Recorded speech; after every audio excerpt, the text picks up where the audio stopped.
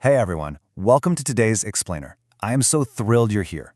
If you're an 8th grader, or honestly just someone looking to nail down the absolute foundational tools of algebra, you are in exactly the right place.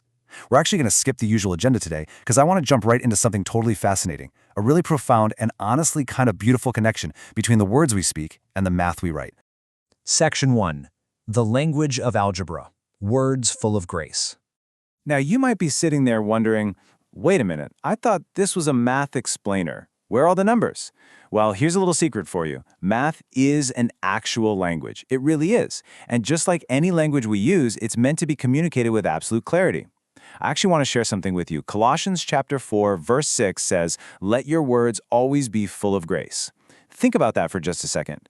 When we speak kindly and clearly to our friends or our family, it helps them truly understand our hearts, right? Well, in math, having clarity in how we write helps people understand our thinking. The care we take in communicating our steps, it's literally a form of grace we show to anyone reading our work.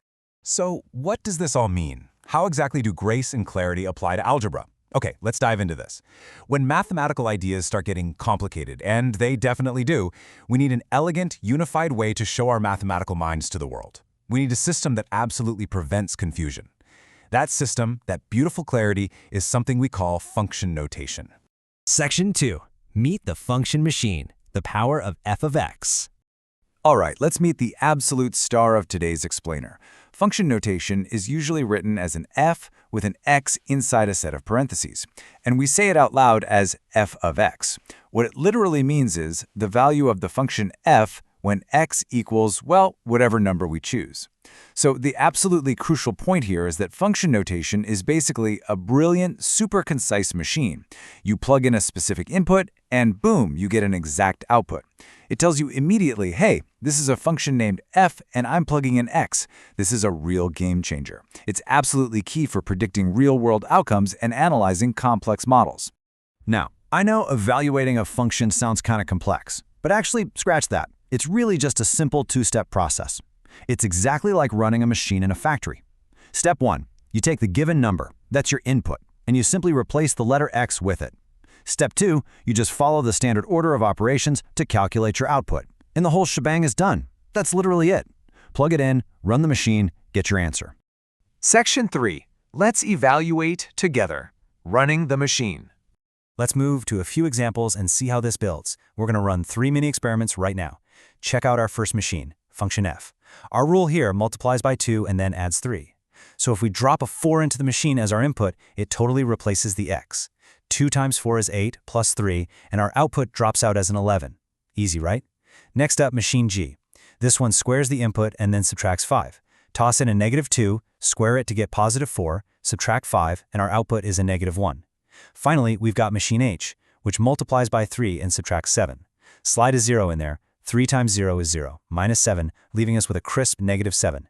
And this brilliantly illustrates exactly how substituting our inputs directly into the rule gives us clear, precise outputs every single time. Section 4. Test your new skills. Your turn to run the machine. All right, here's your homework challenge. I want you to go ahead and pause this explainer right now. Grab some paper and write down these 5 problems. Take your time, plug the inputs into the machines, and find those outputs. You know, what's really interesting about this simple act of substitution, just plugging a number in and carefully calculating the result, is that it's kind of like a master key. Mastering this single concept right here, it literally unlocks the door to all of higher-level algebra. Section 5. Education, Morality, and Peace. The Hero Smart Philosophy. Let's slow the pacing down for just a second and zoom out from the math. We've talked a lot about finding the right mathematical answers today, but the Hero Smart philosophy states this very plainly: education without morality will hurt. Think about it. Learning the right mathematical steps, getting those perfectly calculated outputs, none of that is truly useful if we don't apply moral choices to our lives. I mean, what is the point of being highly educated if a person continues to make bad and immoral choices that end up hurting themselves and the people around them? Being smart just isn't enough. It absolutely must be paired with goodness. And this brings us to a really beautiful promise found in Romans chapter 8, verses 6 and 7. It promises true peace of mind to everyone who keeps their mind spiritual. This is exactly what the Heroesmart Academy experiences, and it's what they see in the people who engage with their content. Real, lasting peace, it doesn't just come from solving an algebra equation perfectly. It comes when our education is directly intertwined with spiritual morality. So I want to leave you with this final, important thought. What good is a smart mind without the moral choices that bring peace? As you go forward today, definitely keep practicing that beautiful, clear language of algebra. But honestly, more importantly, keep practicing grace.